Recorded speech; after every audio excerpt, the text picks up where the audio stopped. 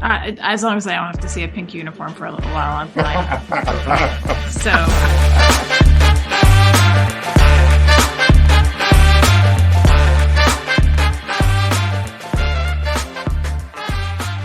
Welcome to amorephillyunion, the podcast where we swear to talk about the Philly Union, the whole Philly Union, and nothing but the Philly Union, with as few digressions as possible. We're your hosts. I'm Paul.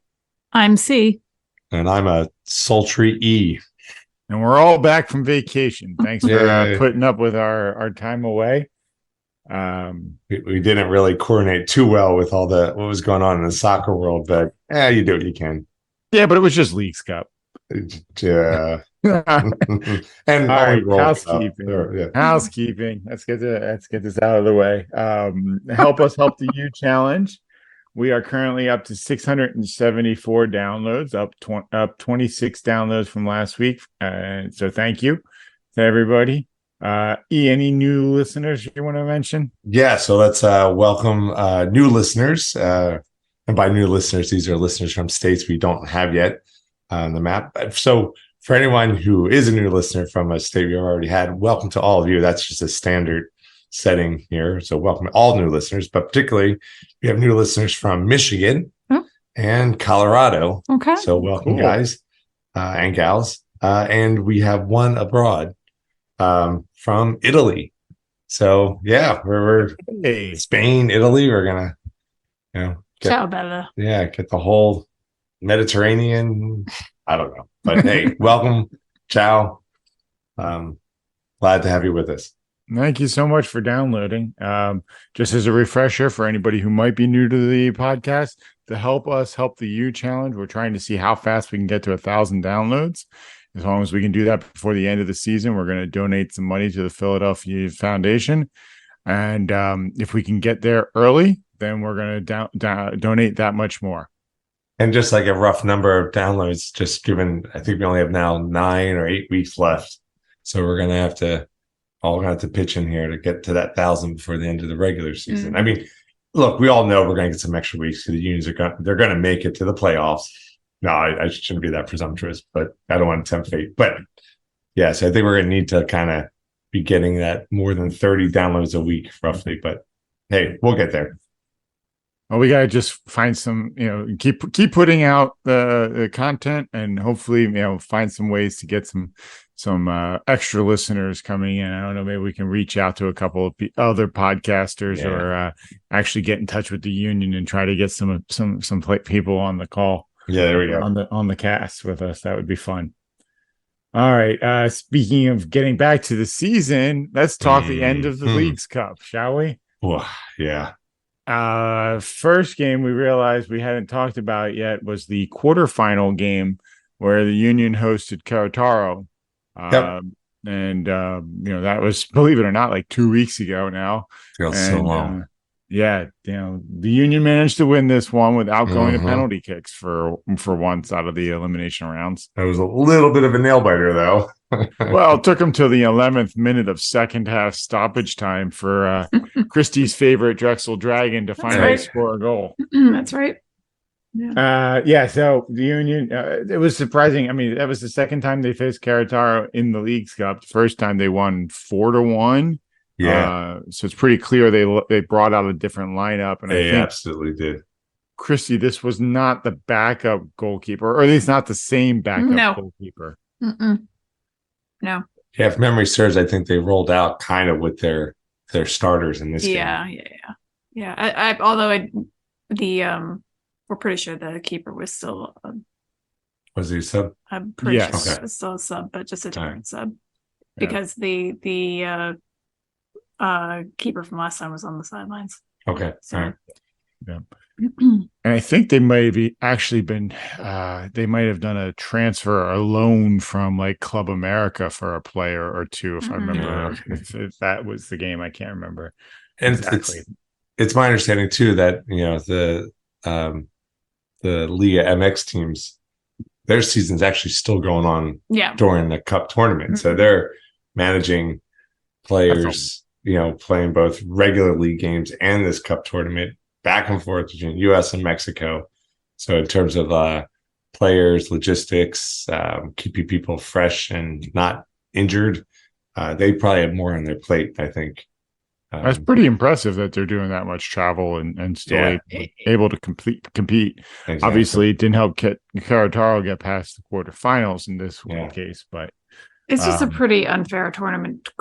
Just my opinionation, as I jokingly said before we started it, but for the Mexican teams, because they all had to play in the U.S., they also have their season going on. They didn't pause their season for this, so they were at a definite disadvantage. So the fact that it ended up being 2 MLS teams, perhaps for some other reasons as well, but it felt a little bit loaded, like the dice were loaded in MLS's favor. But at the same point, the CONCACAF Champions Cup it was the Champions League this year, and now will be the Champions Cup moving forward, takes place in the beginning of the year when the MLS teams are just getting done preseason, and the Mexican teams are in the middle of the Clausura.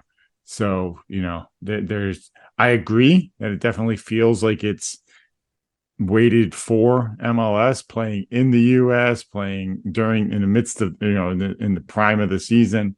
And I know you guys kind of have come to enjoy this, but I still wish it didn't happen. That said, I'm convinced that it's not going away. So I either have to get on board or just get out of the way.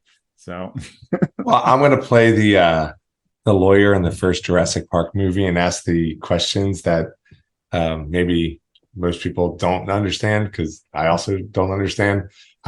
So this Leagues Cup is going to then be Champions Cup next season? No. Is that how it's going to work? It'll be a separate competition. Right. So there'll be Champions Cup next season and Leagues Cup next season. Yes. And Open Cup. I don't know about Open Cup. It's going to be interesting. I mean, Open Cup is the longest running, it's the oldest consecutively competed or, continuously contested. Played. Contested states trophy in the US. Uh-huh. So I can't imagine that the Lamar Hunt US Open Cup is going to go away. Yeah, I would imagine too. But yes, Leagues Cup will be back next season. CONCACAF runs the Champions Cup, and that will be back. And it's the top 3 finishers in the Leagues Cup will get automatic buys into the CONCACAF Champions Cup. So yeah, all right. It seems like, the Leagues Cup is literally every team in MLS versus every team in Mexico. Right. That's the idea. Mm-hmm. Mm-hmm. Which at first glance, I kind of like that. Yeah, but I kind of wish it happened when both leagues were really rolling, and I don't know if there's a good time for doing that. Yeah. This does feel like this is going to be too full of a schedule. It'll be interesting to see how they schedule it next year, since there's not this was precisely scheduled with the Women's World Cup. Now, I mean, maybe they'll just do the same thing again. I don't know, but I can't help but think that was purposeful scheduling, and MLS never seemed to do anything twice the same way. So I would be curious to see how they schedule it next year.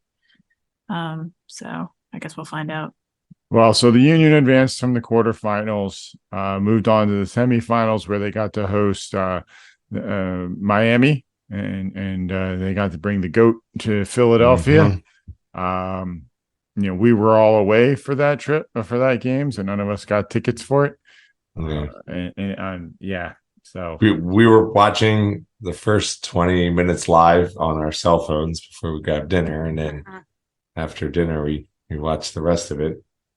You didn't really have to at that point.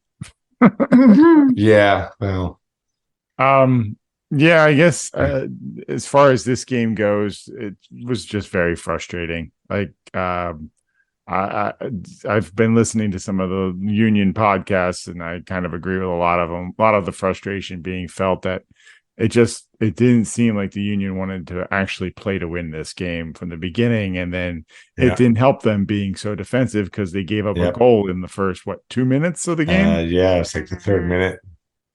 And it wasn't even Messi who scored that one. It's Martinez. And then Messi just had that laser of a shot in the 20th minute. Yeah, I mean, it was a messy goal. I mean, yeah, messy in the proper name sense. Yeah. It was a beautiful shot. Let's be Yeah, clear. yeah. It was a really well taken shot, 30, 35 yards out, and somehow still manages to beat one of the best shot stoppers in MLS. Mhm.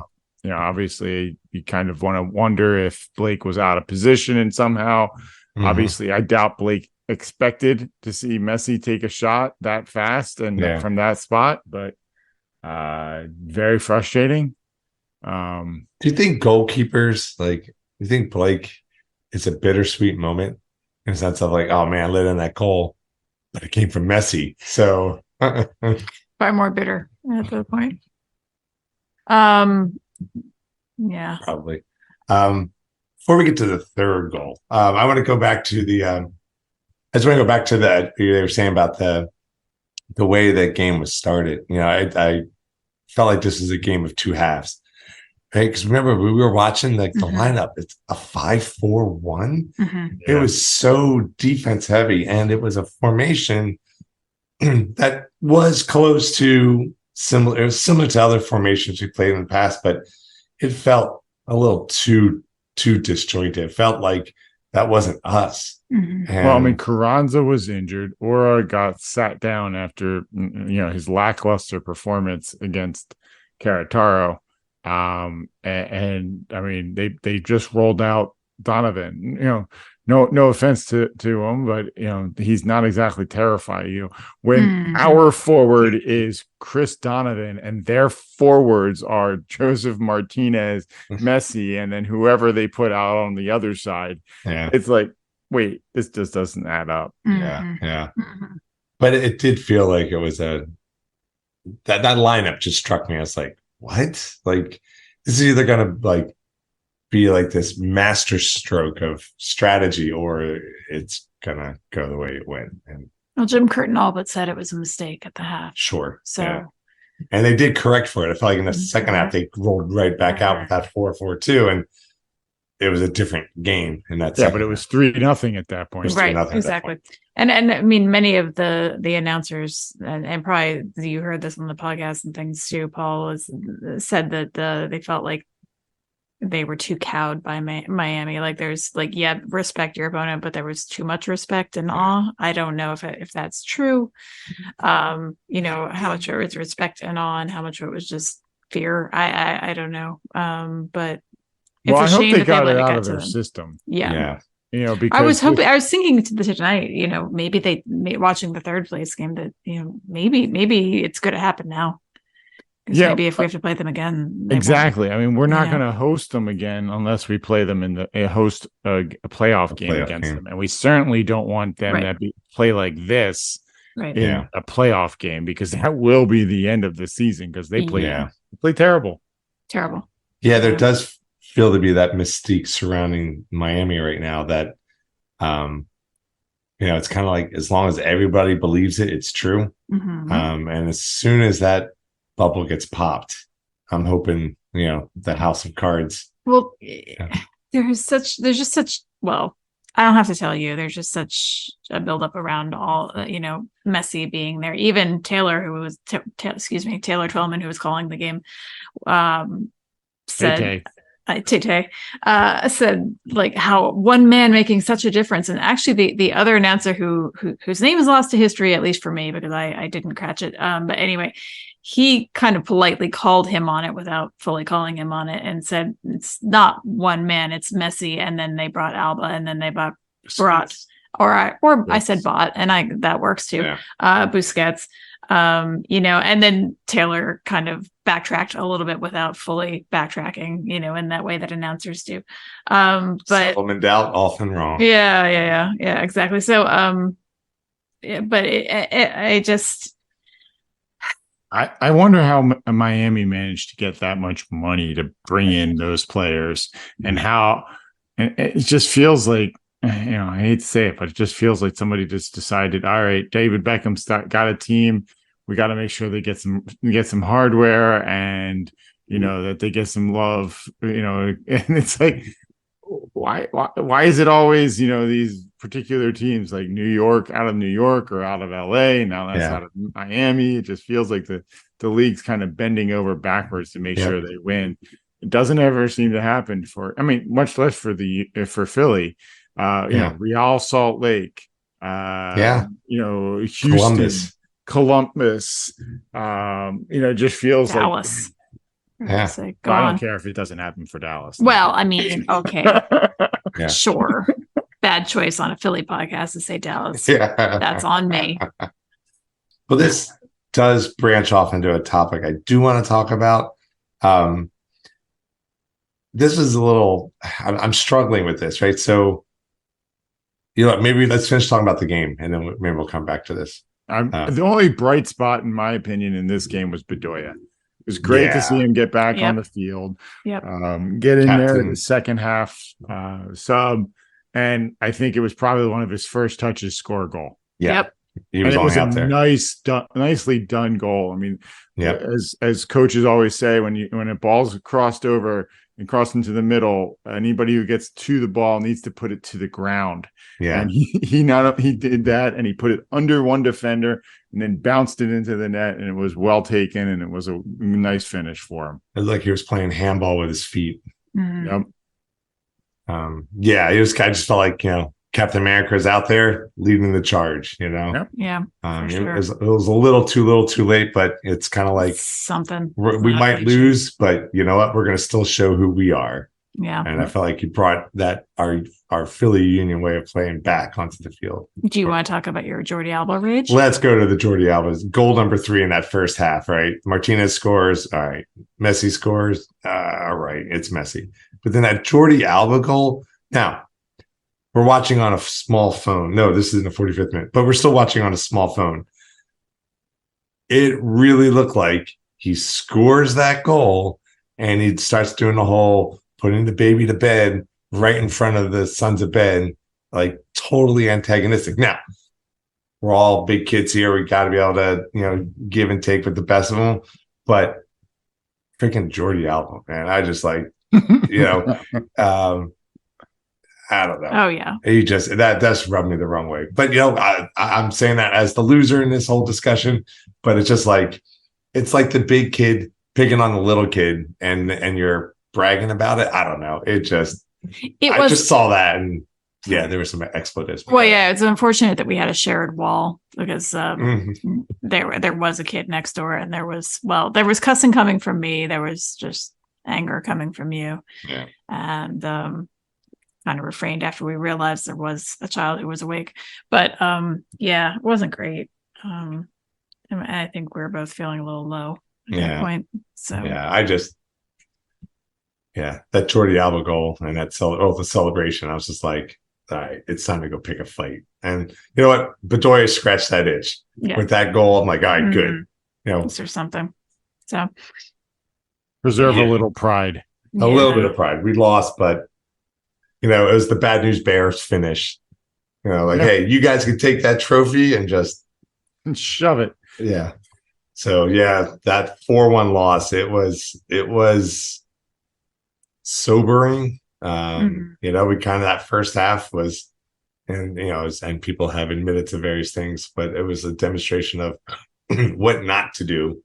But then we came. Well, to be fair to the Union, Busquets really wasn't in this game. Dog did do a good job marking him out. Mm-hmm. Martinez and the defense obviously lost Messi that one time, but I don't think Messi had any other assists during the night.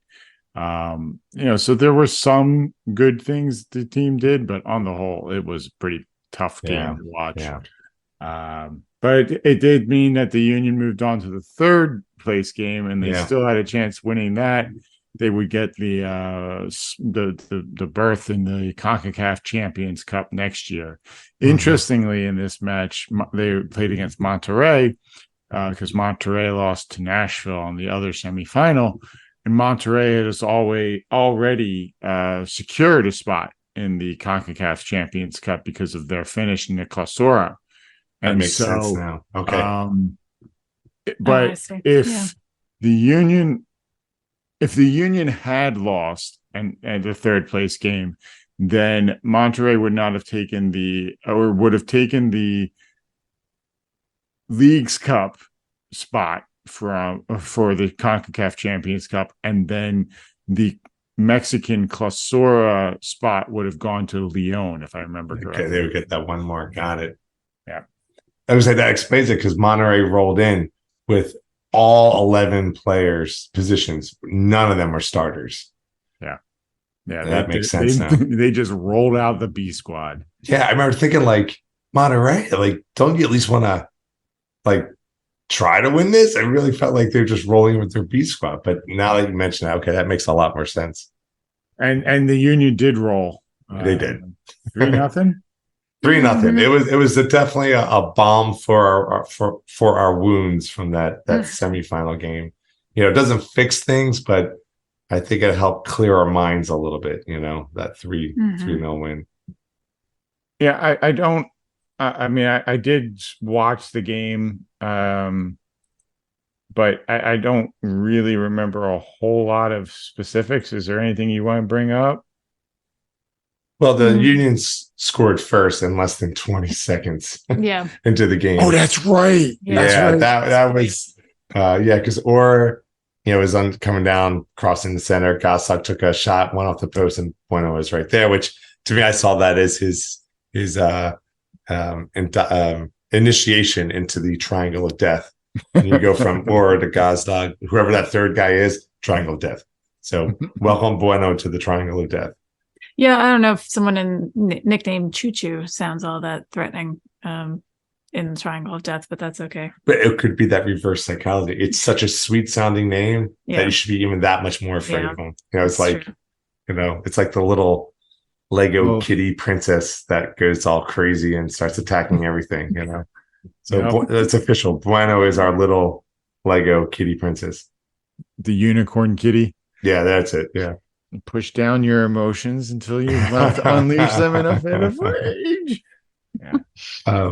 I think another interesting parallel between this game and the semifinal against Miami was, again, and Christy, I think you pointed this out, was Bedoya's goal in this one. Yep. Yeah, it was pretty much almost identical. Identical. Yeah. At least it appeared to be. So yeah, that was nice to see him score. Two substitution performances, 2 goals. Yeah, right. He's turning into our Landon Donovan super sub. Yeah, the other little side thing I noticed in this game, totally unrelated to soccer itself, is it was nice that Sons of Ben had, someone in the Sons of Ben had a banner up with I guess a little tribute to Sinead O'Connor with the "Nothing Compares to You" with the blue U. I was like, oh, that's for those music fans out there and whatnot. I was like, that's nice. I appreciate that. So, we wrapped up at 3rd place in that tournament. Yeah. So, you know, that's not nothing. It's not nothing. Just to really quick touch back on a bit of what Paul was saying about these players often going to New York, LA, you know, that kind of thing. You know, Miami. I had a mini future of the MLS crisis after the Union Miami game. I still am. I still am too. You know, and I've been having it ever since Messi joined the league, but I hadn't really. I was able to put my head in the sand because we weren't playing Miami, so I was able to ignore it. But I know. Well, anyway, I'm just worried about where the league is headed with this sort of stunt casting. You know, you see so many things about how the tickets for Miami are normally, you know, well, I saw something that said $46. As we all know, it depends where you are in the stadium and all kinds of things. But, you know, and how they're going for much more than that now. And I know that's a unique phenomenon, but I am just concerned about how this will push the league around. I mean, I don't know how long he'll actually play, and I think things will kind of level off at some point. Well, I mean, he's got a 2-year contract, right? So I don't know if that means middle of 2025 or end of 2024, and he's clear. But you know, as far as prices and stuff, I mean, they've raised prices at the Union Stadium every year. Yeah, for- but this is exponential, Yeah. and my concern also, even beyond prices, although that's big, is just like sort of the spirit of it. It's just, the union has been working hard for years with their homegrowns and doing all that kind of thing, and I mean, any team can do this at any time. It just happened to be messy, which was just such a big leap, but just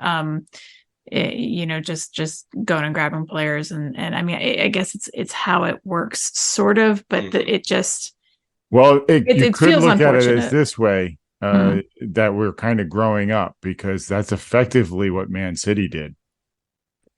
A couple of years back, Yeah, that big, I forget the guy's name, when it came in, bought Man City and just plunked down like $1 billion for them to go buy buy the quality of players they would need to go win the yeah. EPL, and they did.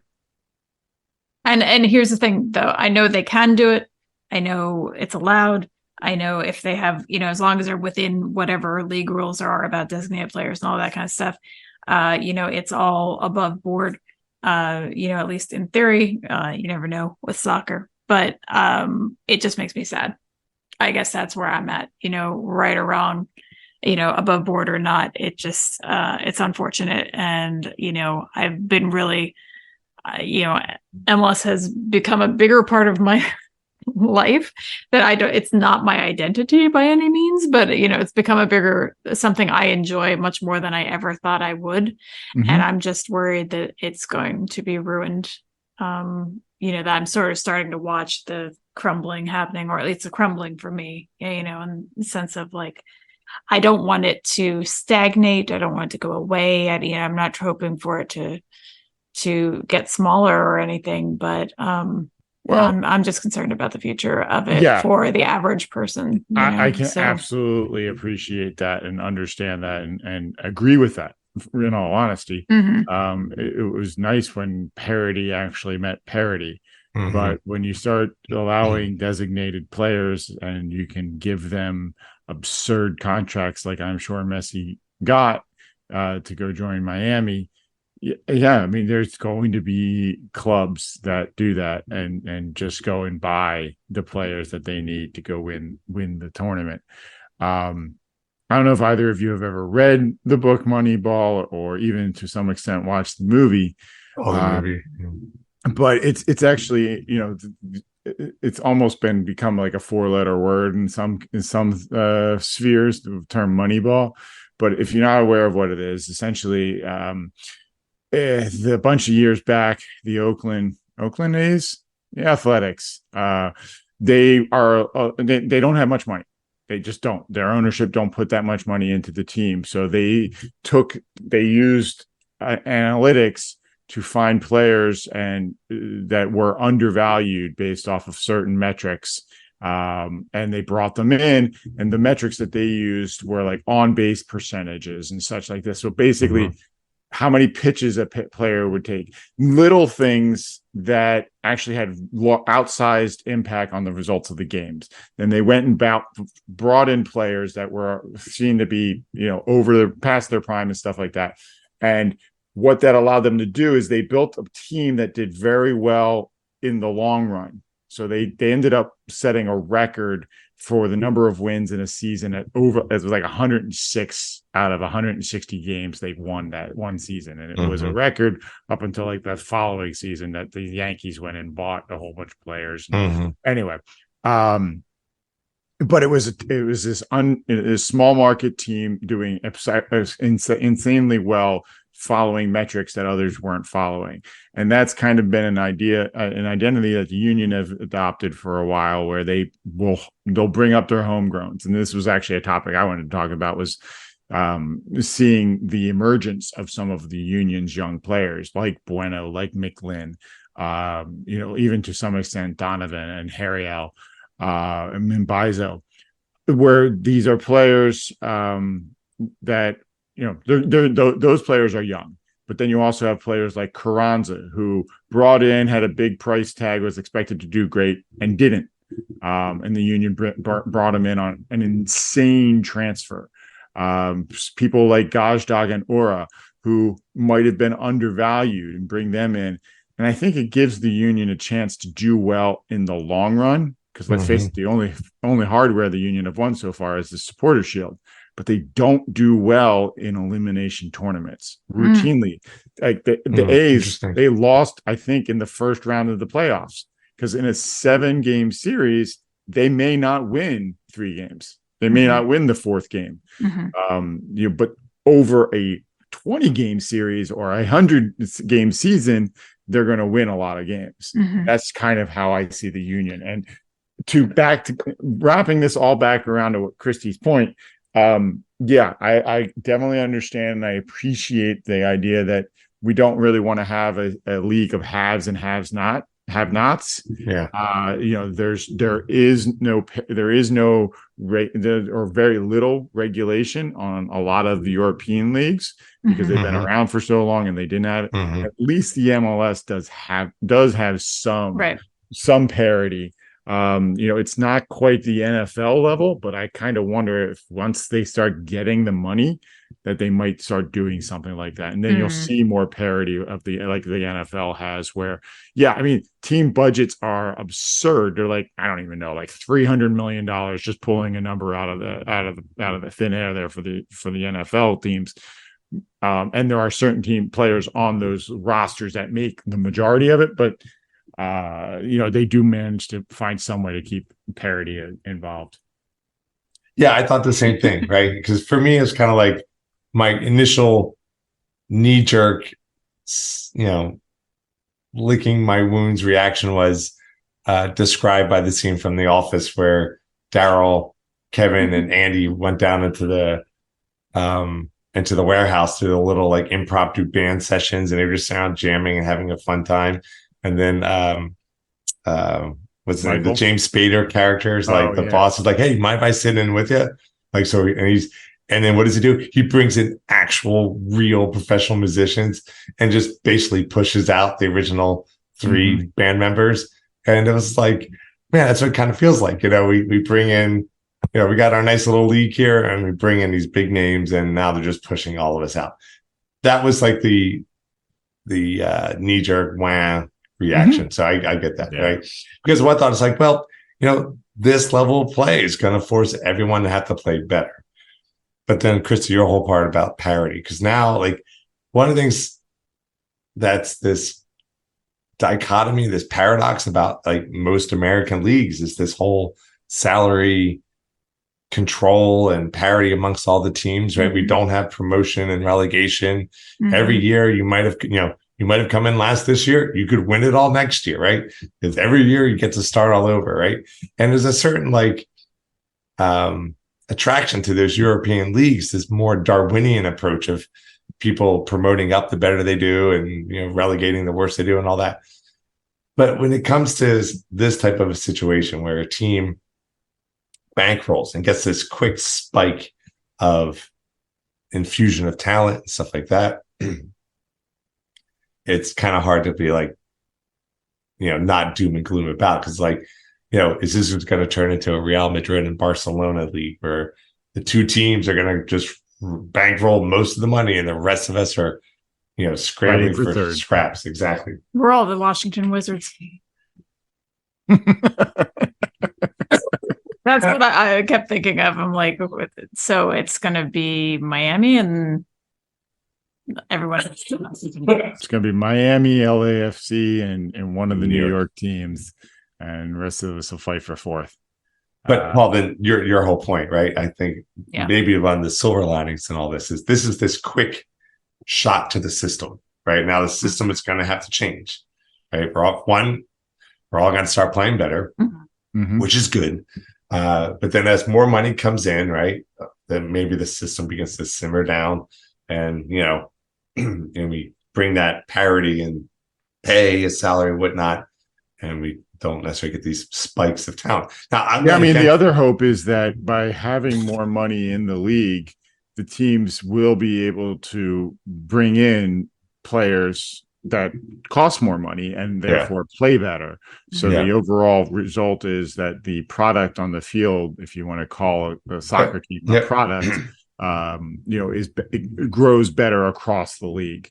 Yeah. Now it's a little trickle down economic because it takes years for that to happen. Yeah. It is possible, and it may actually work, and it kind of has worked. MLS is kind of entering its fourth major time shift here. It's now pretty well agreed upon that Messi joining the league is turning us into MLS 4.0. Yeah. Where Beckham was 2.0, and then the introduction of Tam and stuff like that was like 3.0, and now Messi coming in is 4.0. Yeah. So it's going to be years for us to really have an idea of what's going on. We're definitely, like Christy was saying, going through growing pains right now. Yeah, absolutely. I think, if the telltale sign of the accuracy or wisdom of what we're talking about is kind of like making a prediction, and kind of if I had to wager a cup of coffee here, I think we'll see, to use the phrase, right, the product on the field improving. I got to imagine as the league gets more money, more players are going to hopefully, it's not just like I want all of us to have equal teams, but it's kind of like, it's nice if, I don't know, like, we get our own version. Like, it's nice for how teams can get a international star or whatever. But I mean, I love our team. I think it's great. I'm happy with everybody. But I think, if I had to make a prediction, I expect things are going to get more expensive. Like, if we start moving to the dynamics of a league like the NFL, let's be honest, like, our seats in the equivalent NFL stadium, they're going to be expensive. Yeah. Like, think about, like, to translate this over into like a European scale, like, well, we won't be able to afford our seats, but hopefully that will take time too. Hopefully that'll take time. But it is that trade-off, right? Mm-hmm. Do we want this world-class league? Well, then you got to pay for it. It's like, yeah. Part of me is like, I've been with MLS since day one. I kind of like my little backyard league.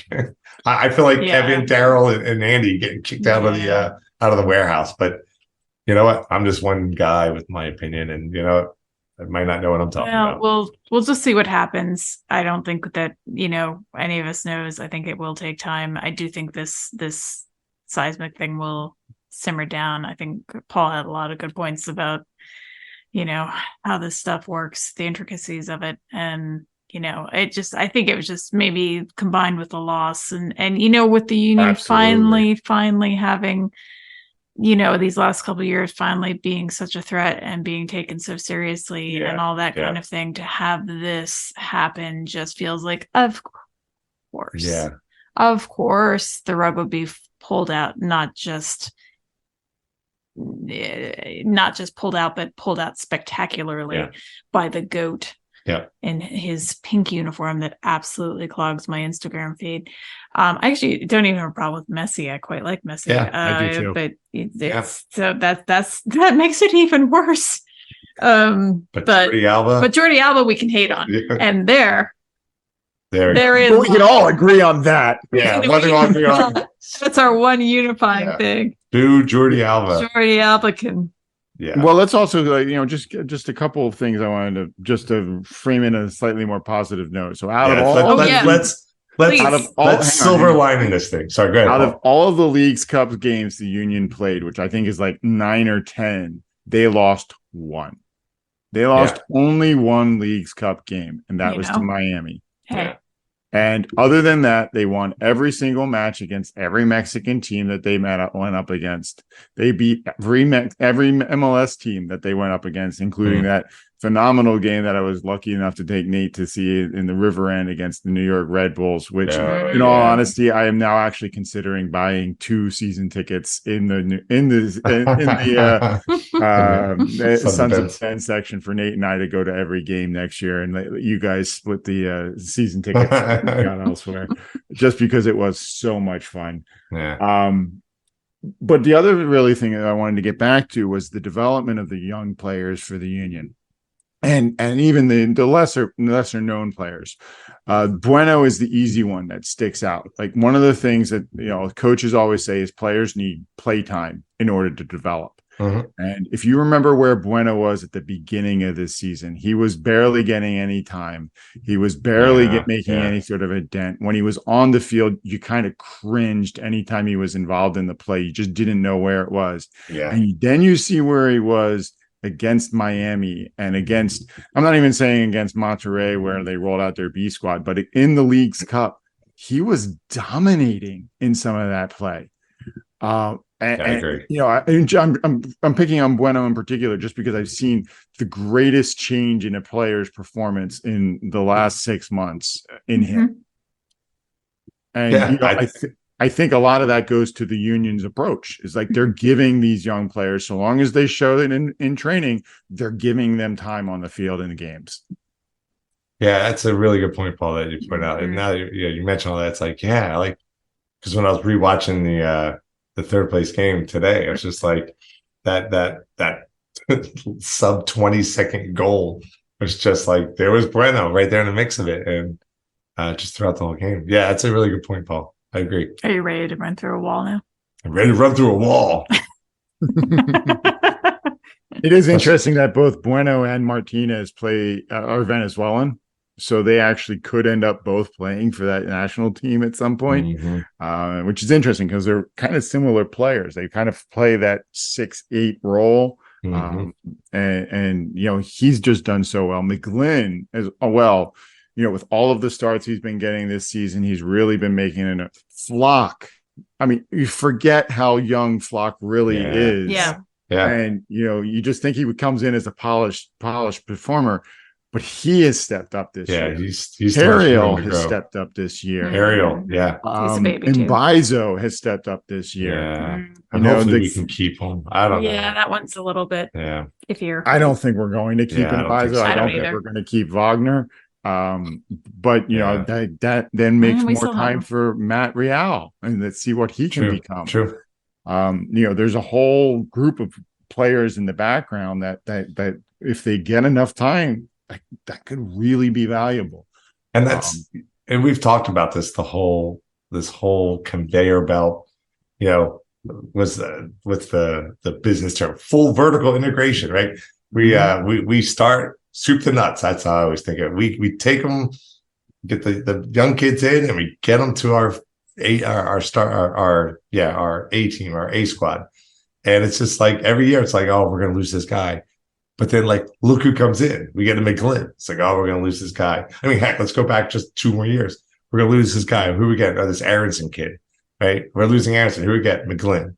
Oh, we're getting Harris. It's like, there's this consistent influx of young, improving talent that can just jump right in. You know, yes.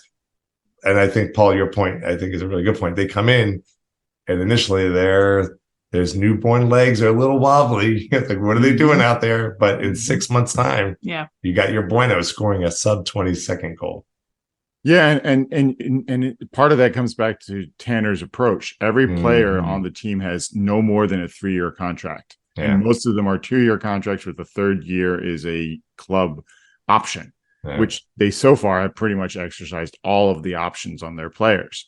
And it essentially says, hey, you've got 2 years definitely to impress us. If you impress us, we're going to go ahead and extend your contract. And if you don't, we'll try to get you a loan somewhere else so you can try to land on your feet somewhere else. And we'll see what we can do. Because that's kind of what they did with Richard Odata. It sounds like he's off in Belgium or Netherlands. I forget where. You know, he probably won't come back. He was a midfielder, a defensive midfielder. Now there's plenty of depth there. They're not going to probably bring him back. They probably will shift that over to some point next year.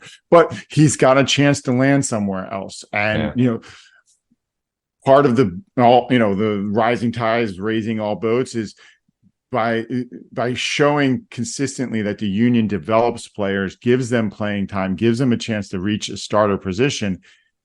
Yes, there's going to be teams like the New Yorks, the LAs, the Miamis who draw in the big value players, you know, towards the end of their career, possibly, hopefully, eventually in the prime. The Union are taking a different approach where they're showing we will give young players a chance to be something. So we want to recruit the best of the young talent, Yeah. bring it into Philly and let it develop. So players like Carranza could be the front end of a wave of young talent that comes through Philadelphia. Yeah. And I think, just listening to that, it makes me feel a little bit better, helps. It's a little bit of a balm for my wounds of that Miami loss. It's like, okay, Miami acquired some serious firepower this year, some serious talent. Let's see where they are in 3 years. And you know what?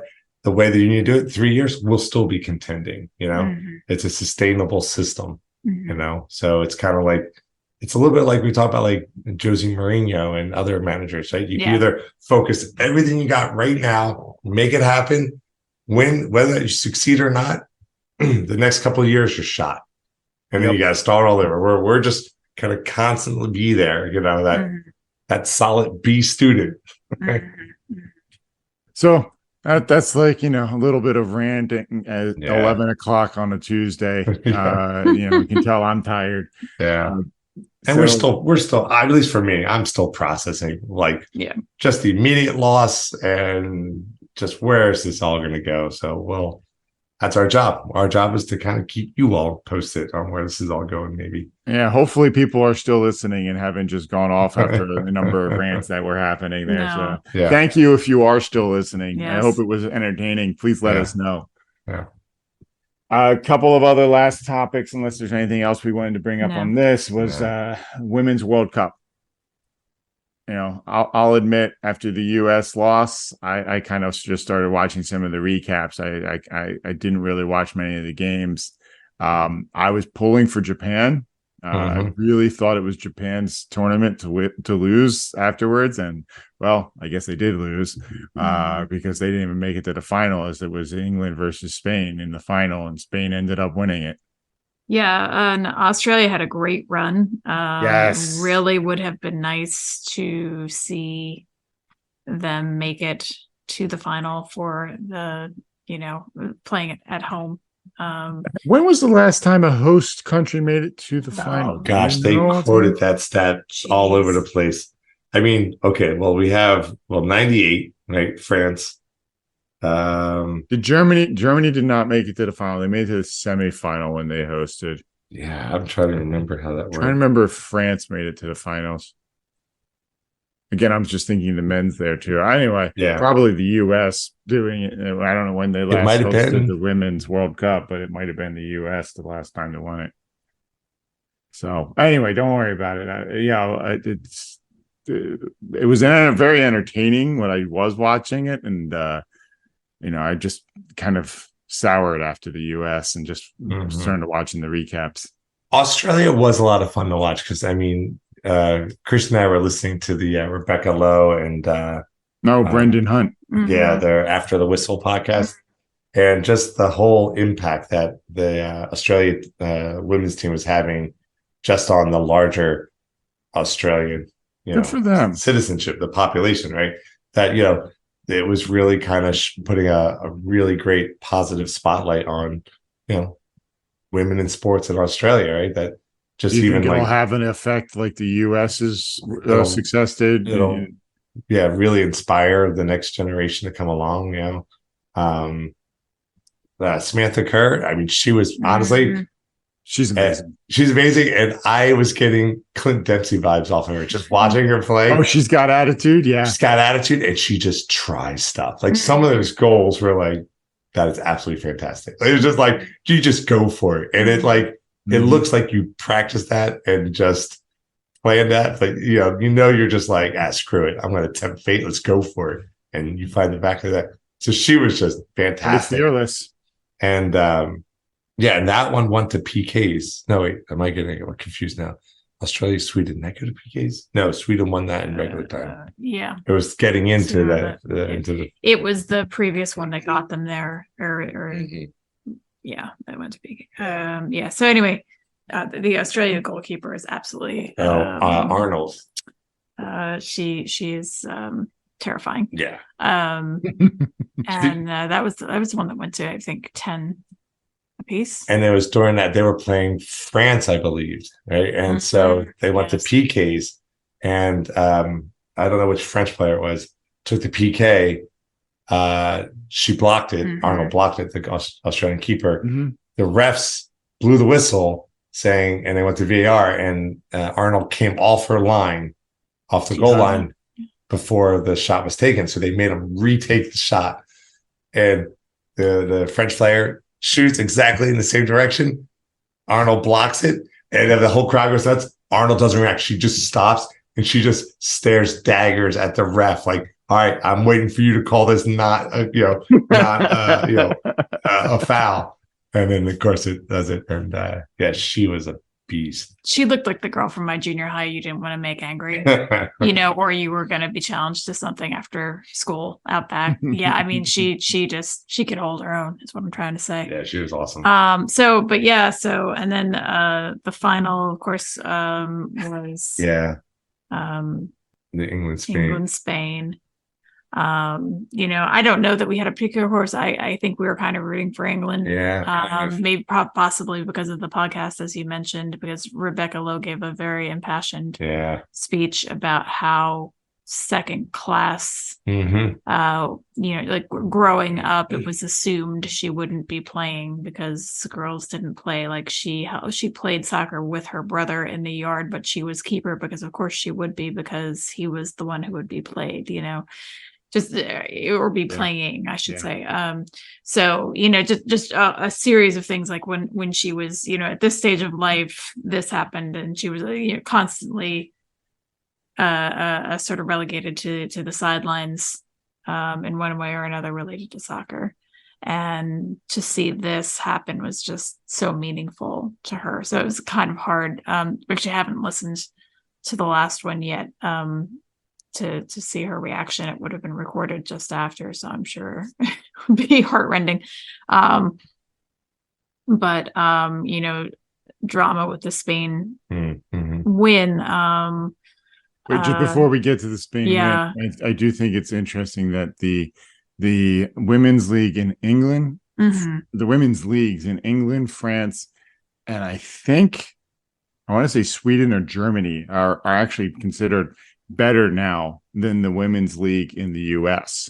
Wow. Like they actually have a lot more international players playing over there, and the level of competition is different.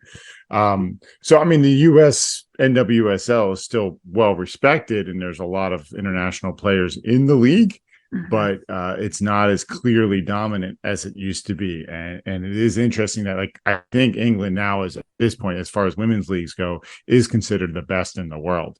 So, while it may be a shame that England didn't win this tournament, I think they have a very bright future for their women's program. Right. But let's get back to the results in the game, like you were saying. Yeah. So Olga Carmona, who scored the only and winning goal for the in the final for Spain. As many have heard probably by now, sadly found out after the match that her father had passed away just before, which is just hard to even fathom. I mean, I don't know the details. I don't know if they've been released. I don't know if it was if he was ill or if something happened that was unexpected. But so she has said it was, the best day of her life suddenly turned to the worst. But she handled herself with such grace, so much more than I would have been able to. But a lot of controversy because they have been kind of open. I don't even know all the details of it, but there was a lot of drama before they even came. The Spanish women didn't want their coach to remain because they did not like the way he treated them. And at least 15 of them petitioned to have him removed, and they were basically told to shut up and sit down by their league. And as a result, I think 12 of those players were not brought to the game, to the tournament. Something like that. They were told to either kind of publicly apologize, or you have to step down. Or you have to step down, and a lot of them decided to step down. I mean, which must mean they have a heck of a deep situation there, right? But anyway, yeah. So not a fan. I mean, it was mentioned quite often on the podcast how many how many times they excluded him from their celebrations and that kind of thing. And then the head of the Spanish I don't FA. FA basically, thank you.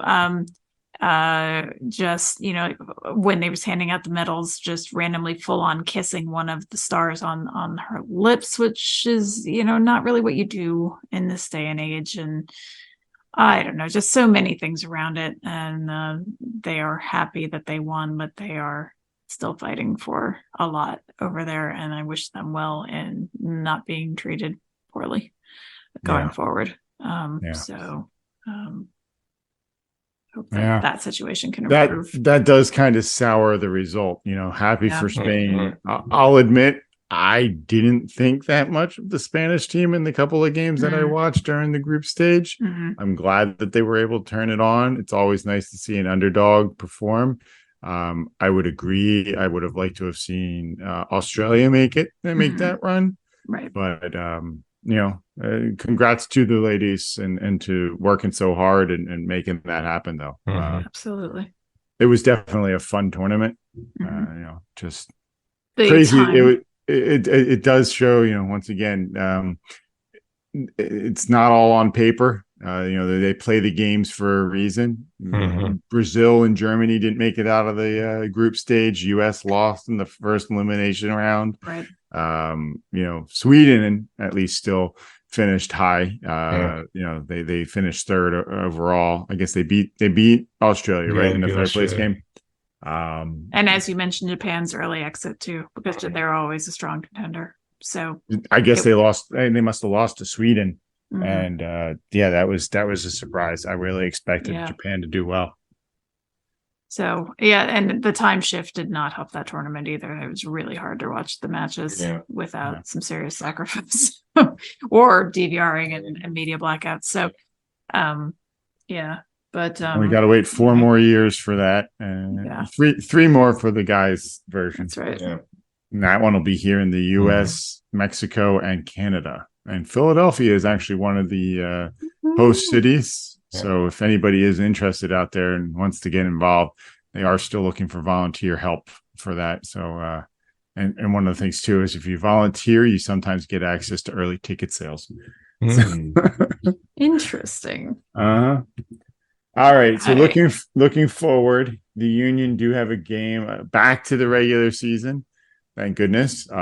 It feels kind of weird just to be back to the regular season now, you know? They are traveling south to DC, so it's a local trip, but they are heading down to DC on Saturday, take on the DC United. Currently, the Union are sitting third in the league or in the Eastern Conference, and DC is in 10th.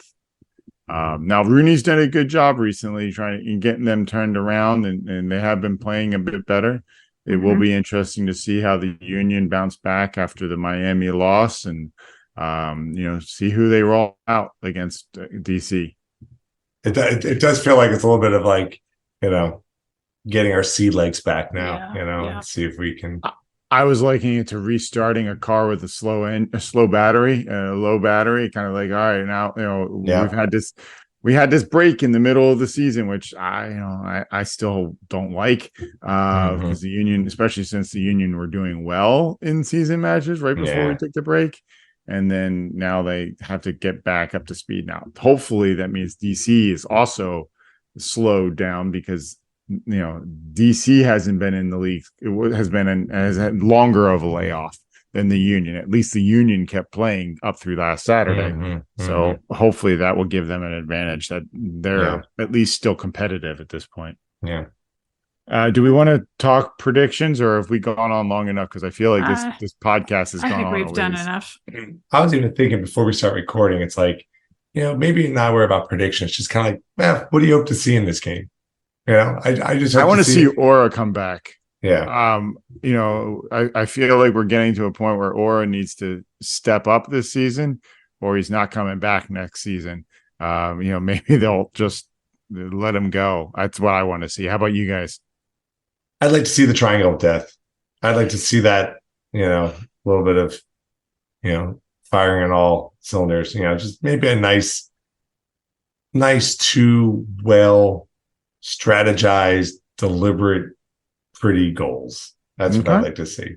As long as I don't have to see a pink uniform for a little while, I'm fine. So that's really all I have. Once again, Christy wins the quote line. There you go. Quote, Exactly. quote game. Yeah. Oh, you doing that? I'm like, I already looked down the note at the time. All right. Just last note: the FC Dallas game that was scheduled for last Sunday has been rescheduled for September 27th. That'll make the end of the season even more congested for the Union. So hopefully, players will stay healthy through that stretch. Yeah. And to that end, other than Bedoya, I mean, Carranza just had an injury, but for the number of games that the Union have played, which is absurd at this stage of the Union season, they have done fairly well at staying healthy. So hopefully they keep that going. Yeah. All right. So anything else? Seeing nothing, I will make the motion to close this meeting. All right. As always, you can find us at our website, amorephillyunion.com. You can email us at pod@amorephillyunion.com. Our social media, formerly known as Twitter, is amorephillyu. Instagram, YouTube, Threads, amorephillyunion. So you can get our podcast wherever you get your others, Google, Apple, Spotify, Amazon, etc. Please subscribe, like, comment, and help spread the word. We are trying to get our downloads up to 1,000. So thanks, everyone, for tuning in to another episode of Amorephillyunion, especially a long one, it feels like. We'll see what we edited this down to. We'll see. I mean, we're making up for last week. So that's right. We're giving you extra this week. We're making sure you get your money's worth. There you go. We are your hosts. I'm Paul. I'm C. And I'm E. Go.